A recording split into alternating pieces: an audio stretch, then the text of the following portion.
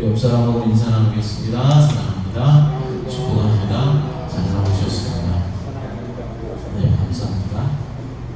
원래 오늘은 창세기 8장 13절부터 22절까지 말씀을 가지고 말씀을 전해야 하는데 작년에 제가 그 본문을 가지고 설교를 했습니다. 그래서 오늘은 그 다음 이제 창세기 9장 1절부터 7절까지의 말씀을 가지고 말씀을 전하겠습니다.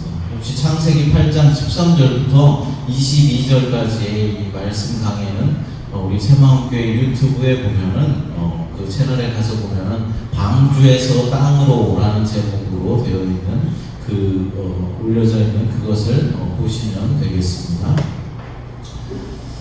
CNN 방송에 따르면은 올여름 캘리포니아 북부 지역에서 9건의 대형 산불이 발생했으며 최근까지 대피 지시를 받은 주민은 42,000여 명에 달한다라고 전하였습니다. 또한 주택 등 건물 615채가 완전히 소실되었고 일부 지역에서는 전기와 가스 공급까지도 중단되었다라고 합니다. 하와이에 사는 우리들에게는 잘 실감이 나지 않는 그런 이야기일지도 모르겠지만 사실 우리가 사는 이곳도 완전히 안전하다라고 그렇게 보장할 수는 없는 것입니다. 실제로 얼마 전에 우리 EU 서민 옆에 있는 빅 아일랜드 섬에서 사상 최악의 대형 산불이 발생하여서 여의도 면적의 62배를 태웠다라고 합니다. 역대 최대 수준인 이번 산불의 원인은 기후변화로서 건기가 극심해지는 하와이의 기후변화 때문에 그렇다라고 전문가들이 분석하였습니다. 분명한 것은 지구온난화로 인하여서 이러한 고온과 건조한 기후는 앞으로도 더욱더 극심해지고 더욱더 심해질 것이며 사상 최악의 산불, 사상 최악의 태풍, 사상 최대의 홍수 등이 계속해서 우리를 이제 위협하고 우리를 덮쳐올 것이다 라는 사실입니다. 우리를 언제 불행에 빠뜨릴지 모른다라는 것이죠.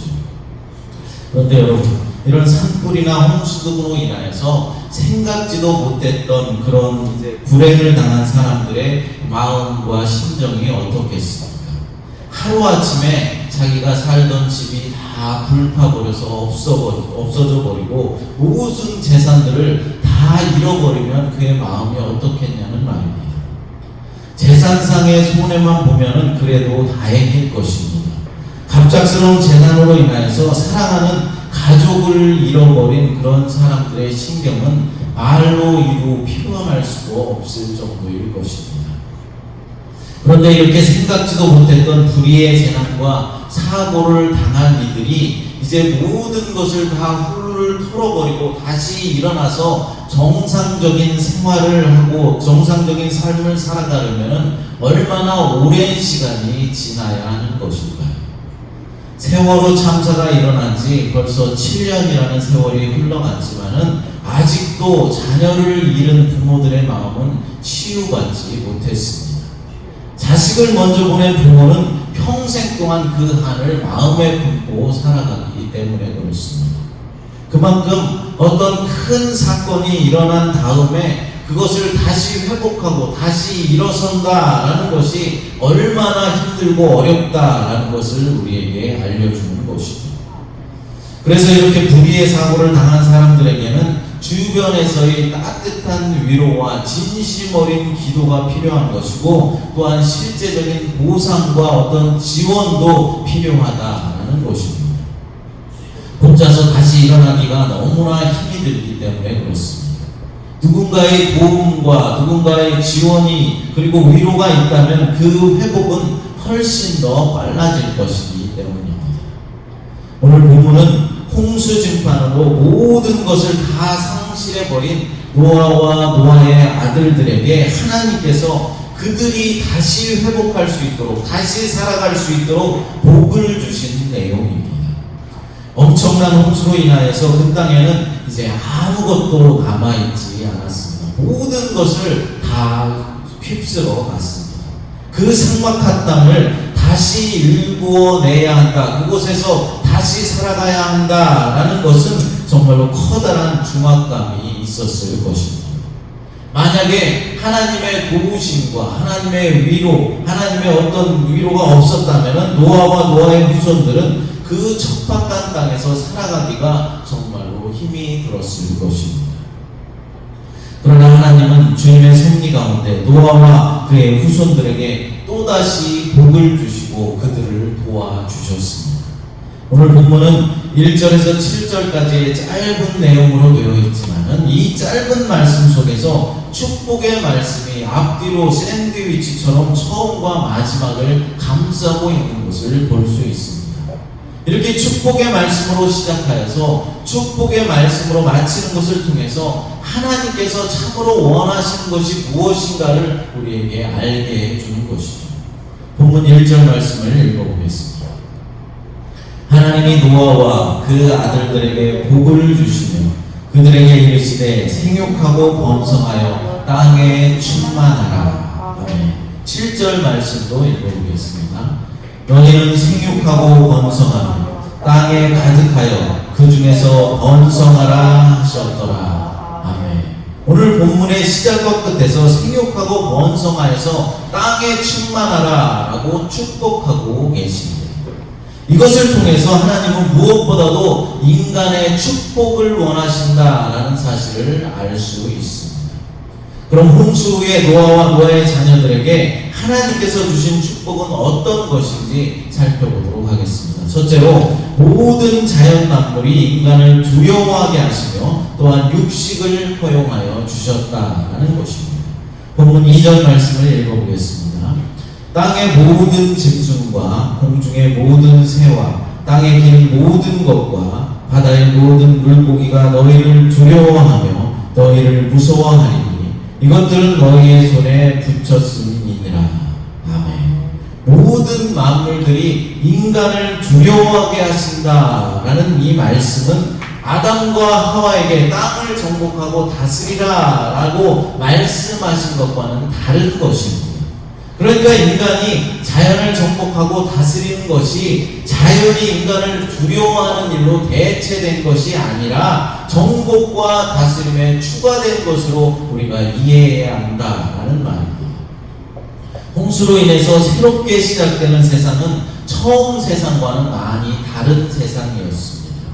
아담과 하와의 죄가 오염시켜 놓은 그런 세상이 되었다라는 것이죠.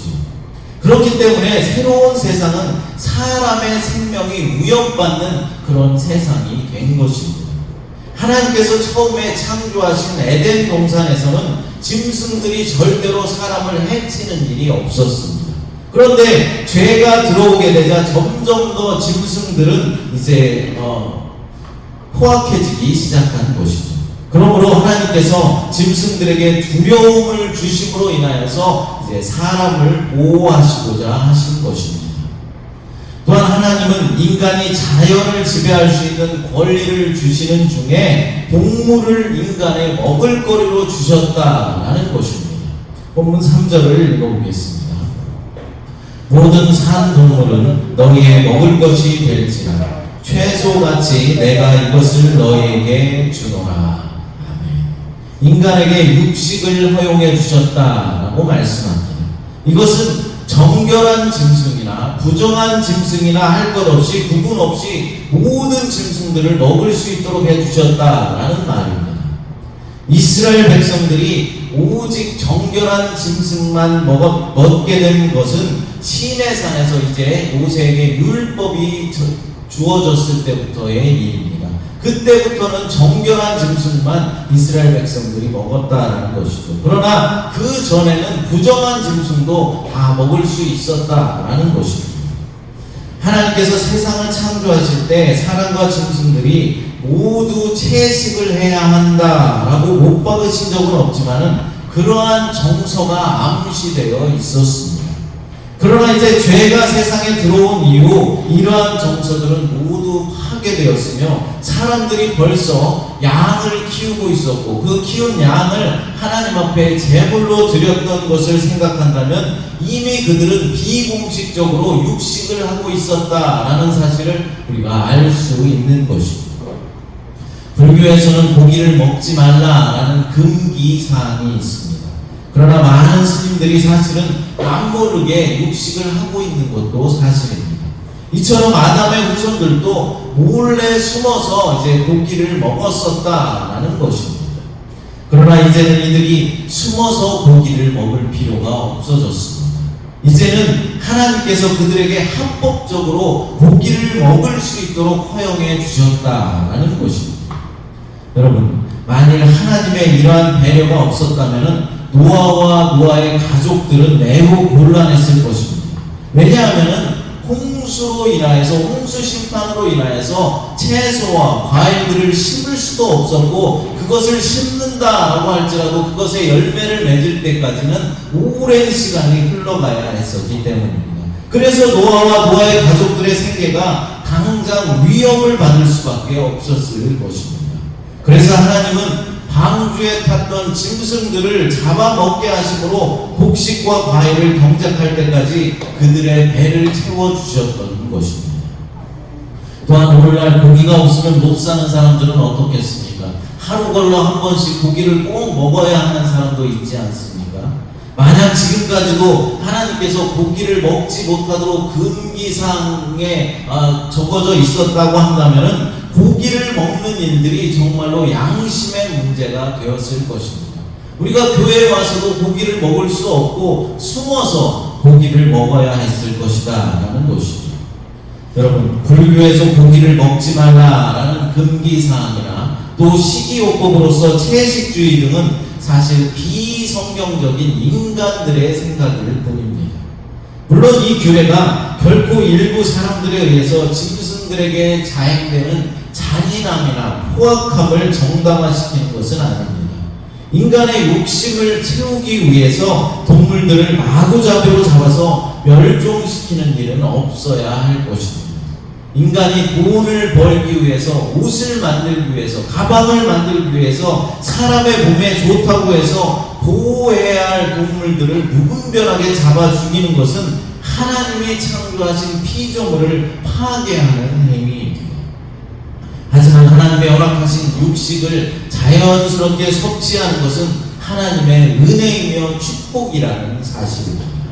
그러므로 우리 믿음의 사람들은 모든 음식을 하나님께서 주신 것으로 알아 감사함으로 받아야 하는 것입니다. 하나님은 창조 이후 사람들이 필요한 양식을 구하기 전에 먼저 우리에게 주셨습니다. 그러기에 우리는 먹을 것을 걱정할 것이 아니라 어떻게 먹을 것을 구할 것인가, 또 왜 먹어야 하는가 라는 것을 먼저 생각해야 할 것입니다. 둘째로 핏째 먹는 것을 금하셨습니다. 본문 4절 말씀을 읽어보겠습니다. 그러나 고기를 그 생명되는 핏째 먹지 말 것이니라. 아멘. 하나님께서는 모든 동물을 먹되 단 한 가지 피가 있는 재로는 먹지 말라라고 이제 조건을 더하셨습니다. 이러한 금지령은 짐승을 산채로 먹어서는 안 되고 죽인 후에도 피를 다 흘려보낸 후에 먹어야 한다라는 의미가 있는 것입니다. 이 금지령 역시 옛적의 일을 생각나게 해줍니다.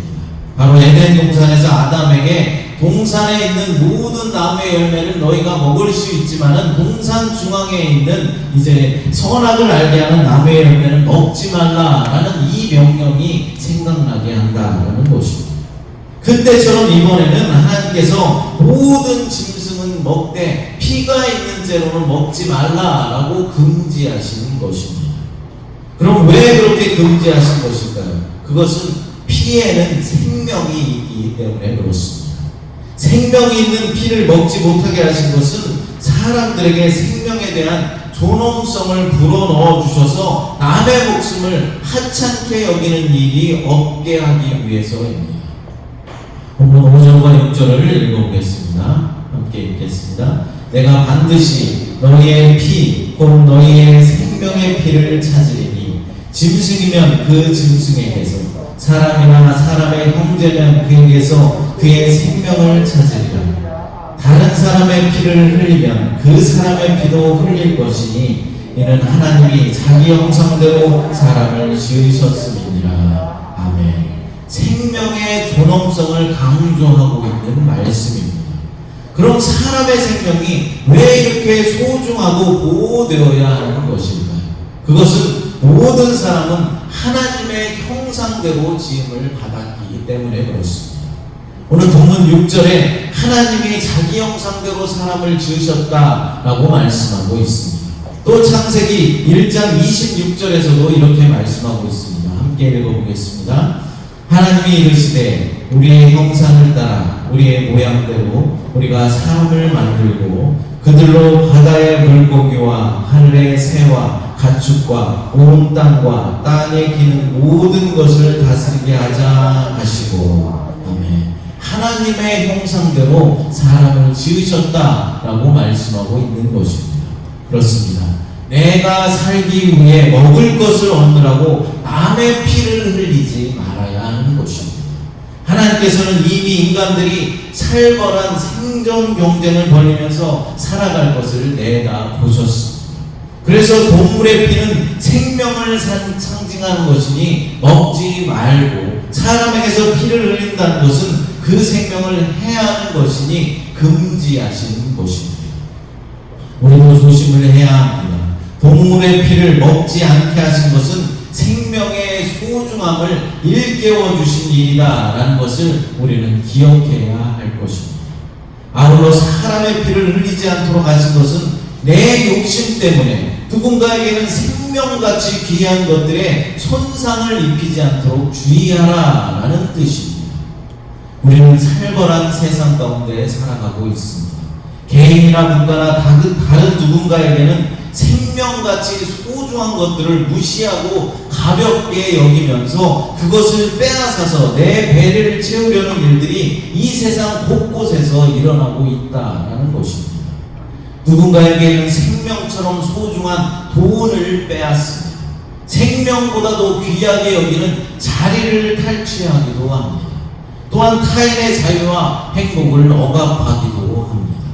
지금 아프가니스탄을 탈레반 정권이 장악하고 나서 많은 이들의 자유를 억압하고 있습니다.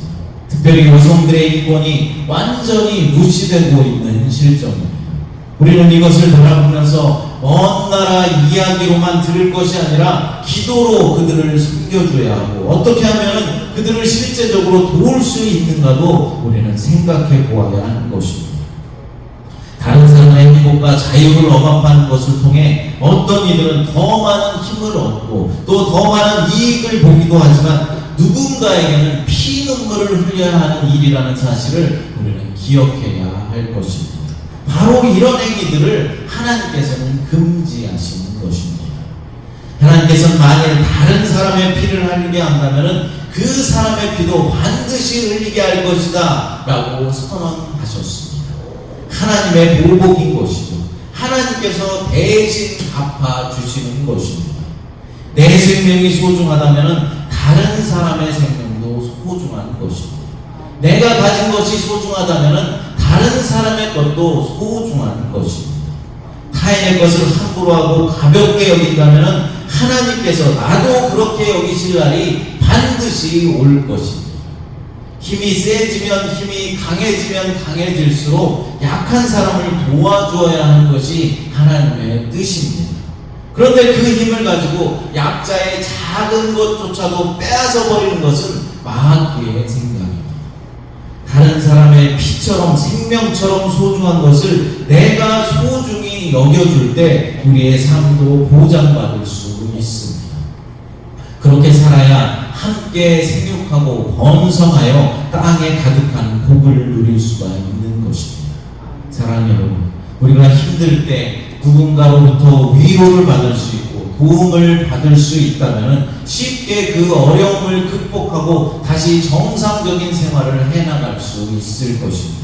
마찬가지로 본문에 나오는 노아와 그의 후손들은 척박한 땅에서 모든 것이 다 사라져버린 그 땅에서 다시 시작해야 한다는 중압감에 사로잡혀 있었지만 하나님의 도우심과 축복으로 새로운 세상을 시작할 수가 있었습니다.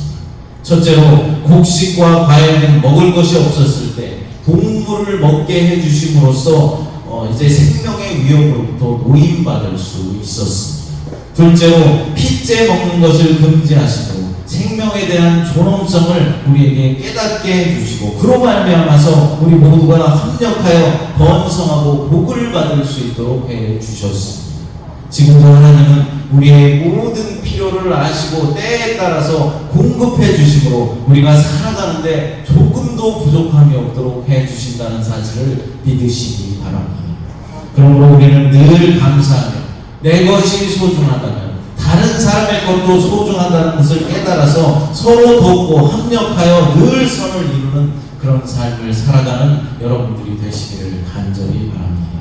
날마다 하나님이 주시는 축복 안에서 살아가시는 저 여러분들이 되시기를 간절히 축복합니다. 함께 찬양 부르시고 기도하도록 하겠습니다. 주가 일하시네 하는 찬양 함께 찬양드립니다. 하나님 감사합니다. 대홍수 후에 노아의 자녀들을 축복하셨던 하나님께서 지금의 우리를 축복하심을 믿고 감사를 드립니다. 우리가 먹을 것 때문에 염려하지 않게 하시고 또한 다른 사람의 생명처럼 소중한 것들을 나의 욕심과 유익을 위하여서 넘보는 그런 불의한 인생들이 되지 않도록 하나님 도와주시옵소서.